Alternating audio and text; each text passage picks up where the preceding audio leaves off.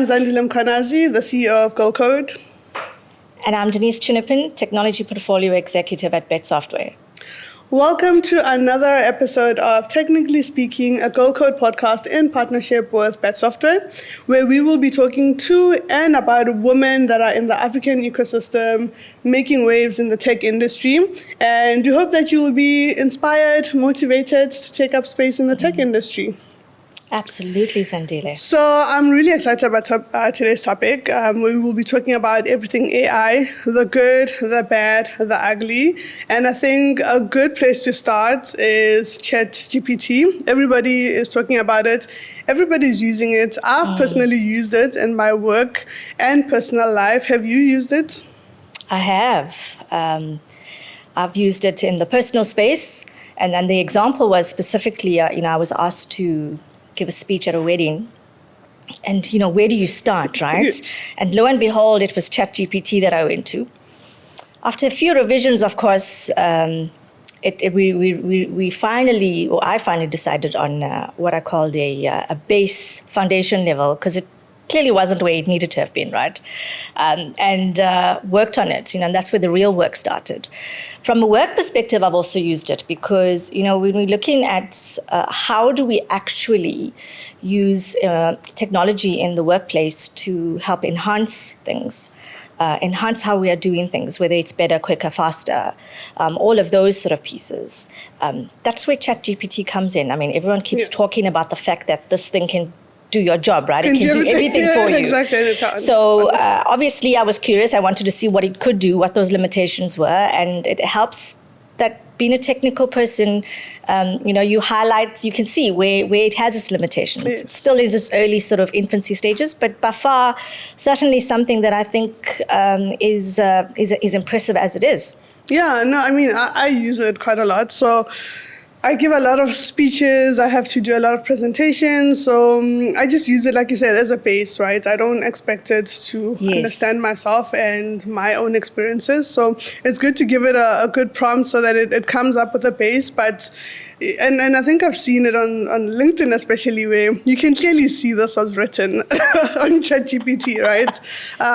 So it's good to use it, but I think then you need to add in your perspective into it and come up with something that is personal as opposed to just taking it and then like putting it on wherever, whether it's a full speech, whether it's on social media. And so I'm kind of curious, especially from a work perspective, like what is Bet Software's stance on employees using ChatGPT? I know there's like a lot of legal and ethical issues that can come into play when you kind of present something as your own IP, but in fact you just put in a prompt and it came up with a whole solution for you. So I'm just curious if you guys have any policies around that. Yeah, that's a very, very valid question, right? You've got to look at it from the perspective of how is it being used? Is it being abused? Or is it being used to enhance and to add to what you are trying to achieve? And from a Bet Software perspective, we work in an environment that never sleeps. It never stops. Our industry is 24/7, 365 days a year, right? And that also means then that because of the rate of consumption of content out there in the marketplace, we've got to have content available on demand, readily, all the time for all the various markets, for all our various clients. So it does rely on us having to be very efficient, do a lot really, really quickly. And so this is kind of where we would have spaces in our teams, whether it's the developers looking at how we can use ChatGPT at a very base level to start doing things like entry-level unit testing, on which they can then obviously thereafter build and modify that to the specific content that's needed to be tested in the spaces of quality and how do we actually rapidly accelerate test automation. That is also then a basis. But just like you said with your presentations, it always starts with a base and then we build on that, right? And that's important to note because commercially, there are certain laws that govern how we should use these tools. Anything that is readily and freely available, whether it's open source code that you're looking at using from the internet as well, you can't necessarily just go copy it, paste it into your line of code, into your little function, and then sell it, commercialize it. There's rules and regulations behind that. So you starting off with that, you make it your own, and we step forward with that. At Bet Software, there's no policy in place that says we can't or we cannot use it.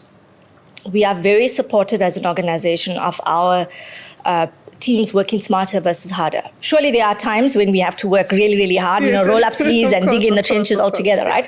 But the reality is that where we are able to make or help our workforce do things better, make it a little bit easier for them from a load perspective, we're on board. We're on board, absolutely. Yeah, and you touched on something that I think I've seen a lot on social media, this narrative that, you don't need to learn how to code. AI can do it for you, which is quite interesting. I personally don't really sort of think that's how things will end up being, just because, when you're building software, especially for businesses, there's a lot of nuances you need to understand, right? And at this point in time, I don't think AI is there where it can understand those nuances and sort of business requirements that a human can.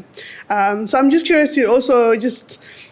from that stance, do you think we're there where basically AI you can just get rid of the whole, like IT team and just use AI to build all of the software? So let me ask you this question, Zandile, right? We're hosting this podcast together, right? Yes. Do you think an AI would be able to do your job right now as you're sitting here? No, I actually don't. I think there's something to the human experience that AI can never get, right? AI, it's input and output.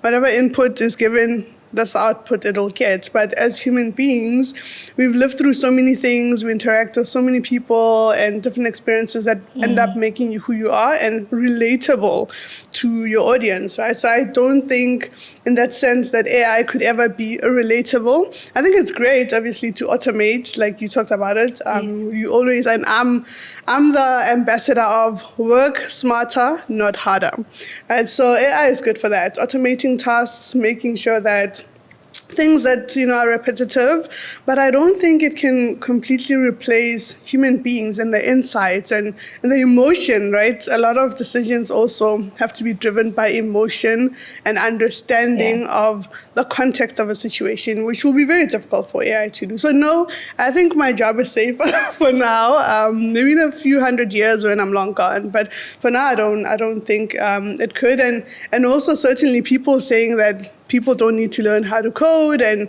I don't think that's the case. Like you need that knowledge, even when you're using tools, right? You need to understand what exactly are you seeing on the screen. It's like someone saying you don't need to learn how to read and write, just use AI. How are you going to validate that what it's saying and what's there is true? Yeah. So I think that narrative, we're not quite there yet. I want to add, you said something about emotion, right? I would want to add to that expression, right? So I'll give you an example. Yeah. I was at a Christmas production last year, and it was a beautiful production, a play talking about the, what Christmas means and the spirit of Christmas. And there was a portion of that in there that used an AI. Okay. Right, and then the AI was essentially the narrator in that space. And in the very beginning, we had this. It was a monotone, and again, that was me sitting in there critiquing it. I felt bad about it, but the reality is that that's kind of how everyone in the audience received it. Right, it was a very monotone way of trying to get a message across, and we look at how you speak. The way I would engage, there's a certain element of tone and expression that we bring in that gets across what we are actually trying to say, what the message is. And it adds to that. It doesn't necessarily take away from it. And that's the difference, obviously, right? 100%. That's exactly it. And yeah, I think AI is far from being able to express human emotions. So it's safe to say that for now, our jobs and having humans in general in any space is still needed. And I think maybe something to touch on is really, there's a great side, right? The good side of AI, like I said. But there's also the bad side. And a lot of what people need to understand, obviously, is that it's very data-driven. Whatever data you put into your AI model is what the output will reflect.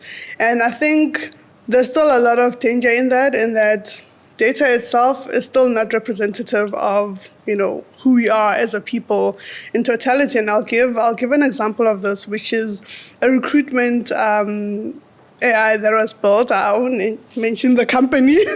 But what ended up happening, so it was meant to filter out people that wouldn't fit in with the culture of the organization. Yeah.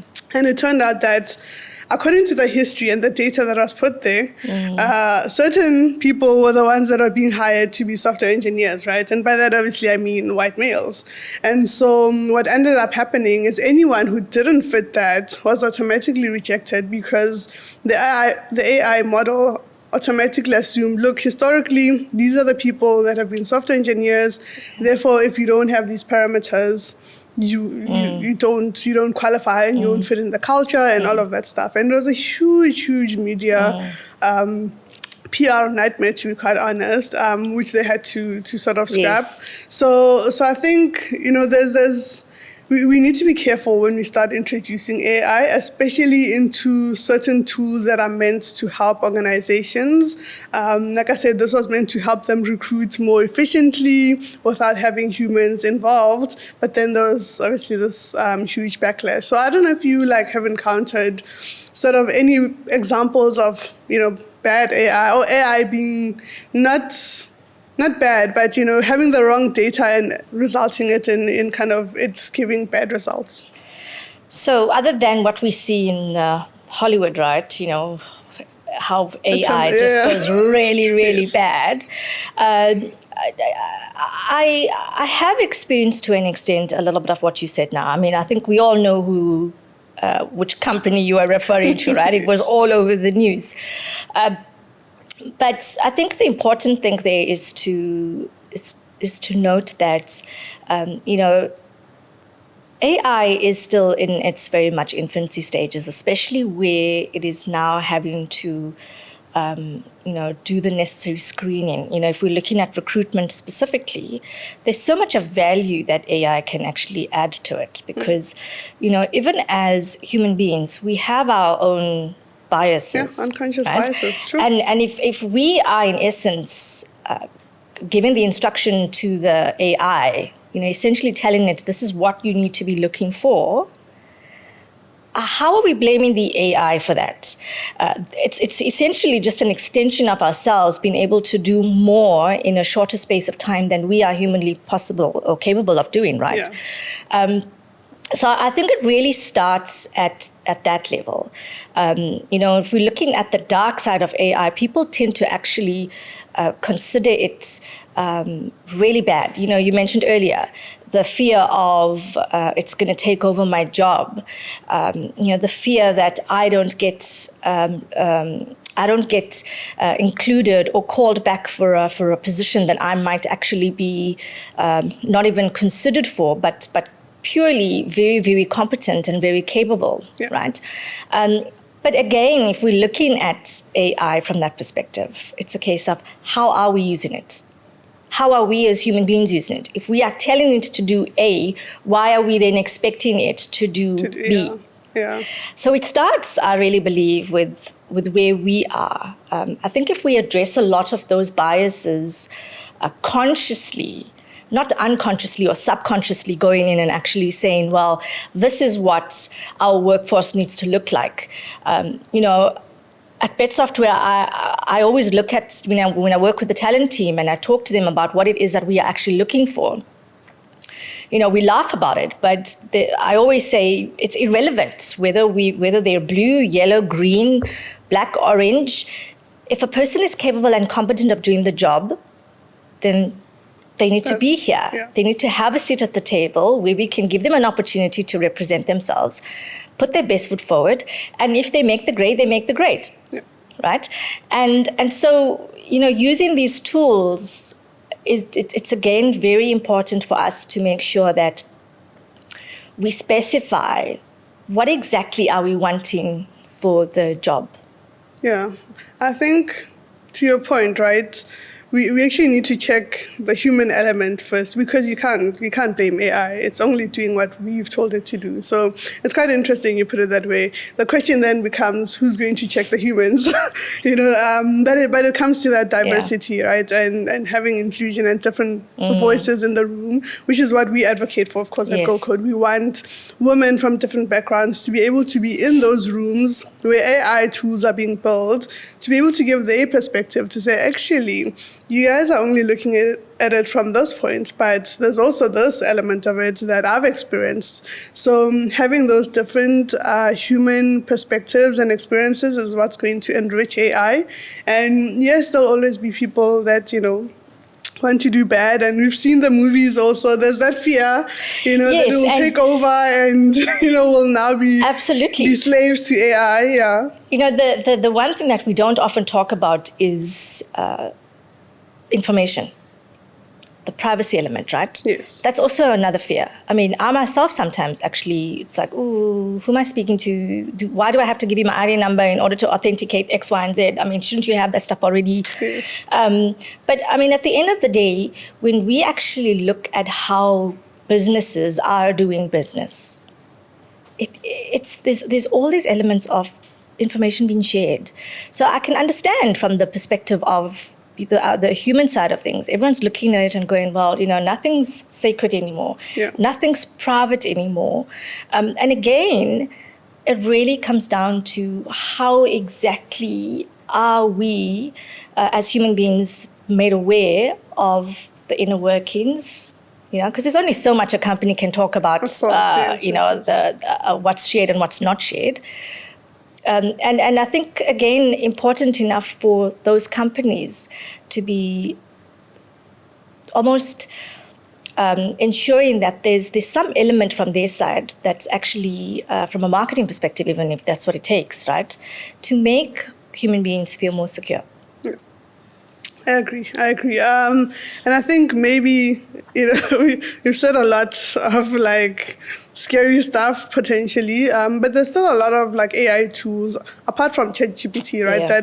that are out there that I think people should be using, and maybe people are not aware of it, right? There's a lot of tools that are there to help you, like we said, work smarter. And for me, two of them, right? I think the first one is a note taker.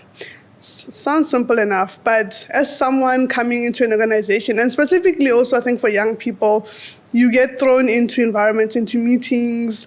I remember when I started working, it was hard to keep up with what everybody was saying and trying to take notes. And now there's, a lot of AI tools that can help you, take notes on your behalf, essentially, and you can go back and read and see who said what did you commit to. So I think it's important we also share the really good AI tools that are out there. And I think, as someone who's starting up or works or whatever, just if you're in a work environment, I think using a note taker, for me, it's been a game changer. And the second one also, I think when I started, I talked about doing a lot of presentations, which take up a lot of time. Generally, I know what I want to say and how I want to say it, but actually sitting down and having to create a presentation can be time consuming. Yeah. So there's this AI tool called Gamma that I use. Basically, you prompt it like you do on ChatGPT, and it'll literally create the presentation for you. And then, like we said, it's a base. You can then sort of work from that and create your final presentation. So there's the bad stuff, but there's a lot of good AI tools that are coming into the market that can help you work more efficiently and just make your day-to-day life more about doing meaningful and complex tasks as opposed to sort of the same repetitive things. I don't know if you use any sort of tools like that. So I think, I don't have my cell phone with me, but that is essentially everything that I use and I carry with me, right? And it is, whether it's just having a conversation with someone, it's me making use of AI. It's got everything that I need on there. If we look at the workplace, there's certain aspects of like your data robots that actually then go ahead and, again, in our industry, there's millions and billions of rows of data, right? There's so much of data. It is important for us to be able to, again, work through that quite rapidly. So those will be elements as well that we will use. If I look at myself personally, there is, I do not leave home in the morning without making use of my AI. So what I have at home is, and it was a Mother's Day gift a few years ago from my husband and the kids, I have Google Home. Okay, yes. And so it's usually this conversation that I'm having with Google Home in the morning before I leave the office to check which is the most effective route coming to work. Now, I live 45 k's away from Bet Software, right, the building. And given the amount of construction that's actually happening right now in Durban, all the roads are usually high traffic volume, right? Yeah. With a minimal amount of lanes. And so this is a conversation that actually happens with my AI in the mornings, trying to actually understand, okay, what is the most effective time to go to the office? What is the most effective route to go to the office? But more than that, my Alexa also then helps me to send reminders to the kids when they are home. I'm not home. Yes. I don't have to have my phone in front of me to text them a message to say, hey guys, please take this out for dinner. Please do this, please do that. Alexa actually sets all of those reminders for me and then have them mentioned out to the kids. So for me, as a working mom, by the time I've traveled back home fighting traffic, there's a lot of these things that actually is already almost sort of done for me. I know the other key thing that I really love is we make use of smart plugs at home, right?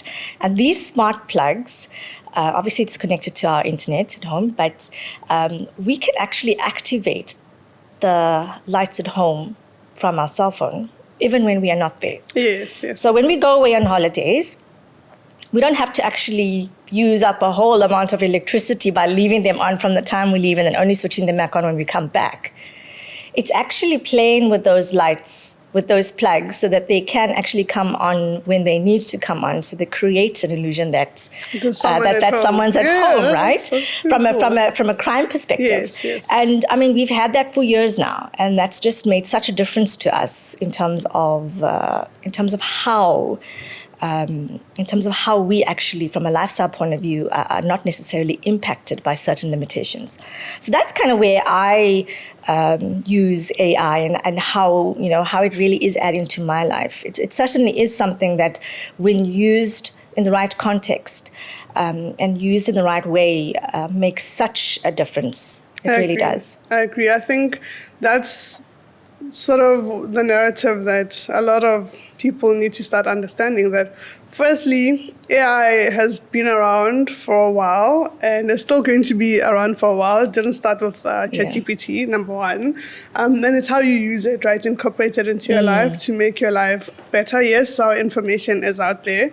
And we also need, it's on us, right? When you go through terms and conditions, if you're just going to, and I'm guilty of that, just accept without reading, don't be surprised in the future when, there's a robot knocking at your door saying, hey, you agree to this. But for now, I think there's a lot of ways it can help enhance our lives. And that's kind of what we need to focus on. And I encourage a lot of people to just research what other AIs are out there, think about how they can enhance your work life, your personal life. There's just a lot of tools. And So one more thing, right? Have you, at any one point in time, used a VR headset? Yeah. So there you go. My husband once. What was that experience like? I mean, it's kind of crazy, right? Because you experience things as if you're there. It was a roller coaster at a mall. So you're sitting on a chair, but you're essentially on a roller coaster. So It was a bit scary, but it's also interesting because Yeah. to that, it adds another dimension where you suddenly don't have to actually like fly to Paris to experience being in Paris, for example, right? And that's right. slowly becoming like more commercialized. So there's a lot of, to your point, there's a lot of things that are out There's a there lot that there. are going to make our lives that much easier. And with that said, like this is because, with AI, there's so much to it and it's multi-layered. Yes. And we could probably go on like forever. But I think a good place maybe to sort of stop is just highlight the three things, 2 or 3 key things about AI that you feel our audience should know, and I'll just maybe chime in there. And then, of course, before we end the episode, I want to know like who your woman crush Of Wednesday course, is. So think absolutely. about that. Yes. So I think, taking away a few things from today's conversation, I think it really starts with the fact that we as individuals should not be afraid to embrace that. I know it's a natural instinct to be fearful of something that you do not fully understand, but in this instance, AI is able to add so much to our lives, to be able to enhance how we are doing things. So I think the first and the most important thing for me is let's not be fearful. Understand, go and do the research. If you want to know more, find out more. Do the investigations. Understand what it is that you are actually getting yourself into when you are working with a particular sort of AI. And when you know more, you are going to be more confident in the fact that, this is going to help me. I think the other sort of key takeaway is the fact that, again, not all AI are bad. Yeah. Use it to enhance what it is that you are trying to achieve. Again, when we look at the experiences of these VR headsets or, your virtual reality and you doing some sort of augmented reality. I mean, there was this game recently, like this little Pokemon that you would go in and you look at your phone and you go looking for this phone everywhere, right? And I mean, I remember it was quite hilarious actually watching people almost walking to poles because they were looking for this little Pokemon all over. But they were so excited and so exhilarated by it. So there's that element of AI that's there. Find out, look at what works for you. Every individual is different. Yeah. Different things appeal to different people. Look at it from that perspective. Enjoy it. Take advantage of making sure that you educate yourself and use it. Yeah, and I think when you talked about Pokemon Go, the one thing that came to mind is be innovative, right? All these tools are there for us to, if you're thinking AI is going to replace my job, then it means your job is, a repetitive thing. So you need to be innovative. You need to think about how do you then create a new industry even. How do you take what you already know that AI can't do and create something out of it? So I think people also mustn't look at it from a consumption point of view, but also look at it from a producing point of view. Like, what can I produce? How can I use these tools to create something completely new, completely innovative?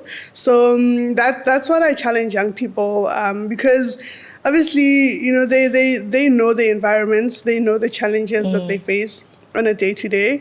And the good thing is with AI, you can solve a lot of the problems now, and you can do it faster than it's ever been possible, humanly possible in the past. So, research the tools, like you said, have fun with it, but think about actually, how do I use this to my advantage? How do I use this to create something and not just use it and say, create a CV for me? That's also great. Know, it's good to help to use AI also to create CVs or resumes that you can get a job. But I think it's an opportunity for us, especially on the African continent, to innovate. So I'm going to leave it there now with the AI. I think, we've covered quite a good and given a good nuggets that hopefully our audience can appreciate and take out there and create something meaningful from this. Before we end though, like I said, Women Crush Wednesday.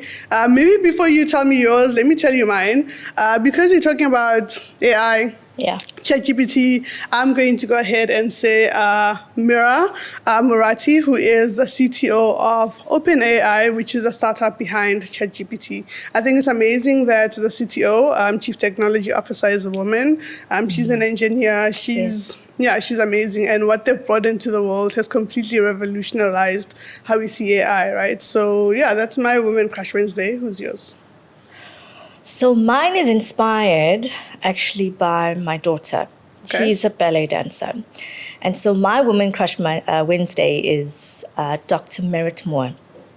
She's a quantum physicist, Okay. but she's also a professional ballet dancer. And during this time of the COVID pandemic, she was meant to have participated in quite a number of shows. She still needed to do rehearsals and practice. But because of COVID, obviously, that limited everything quite significantly because you couldn't have people dancing or people being so close to each other, right? And so she decided to, stretch the impossible a little bit. And she started dancing with a robot. Oh, wow. So question, obviously, for us is, would you call that robot, which is her partner, a ballet dancer also? Interesting. Wow. But I think that's the beauty of being able to look at it from the perspective of how do you actually bring some kind of expressive art like ballet and technology together. And that for me, I think that's really, really phenomenal.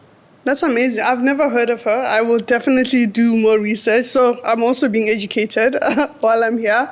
Wow, really cool. Women Crush Wednesday.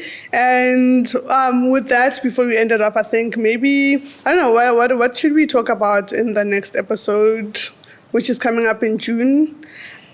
So June is a special month, right? That's like, you get into the middle of the year. For me, at a corporate level, that's typically when a lot of organizations tend to review salaries. Yeah, it's building up until that time. Year end is closed off. You're now looking at how do we actually now start to reward our staff? How do we actually take all of these economic factors into consideration? So I would actually like for us to discuss money. How do we actually, as women in the marketplace, go in and start to negotiate salaries? Whether you're a first-timer coming into the market or whether you're actually someone who has really, really gone above and beyond over this last year and, deep down in your heart that you wouldn't necessarily be entirely 100% happy with just a standard increase. Yes. You would want more. What would that look like? So that's what I would like to talk about.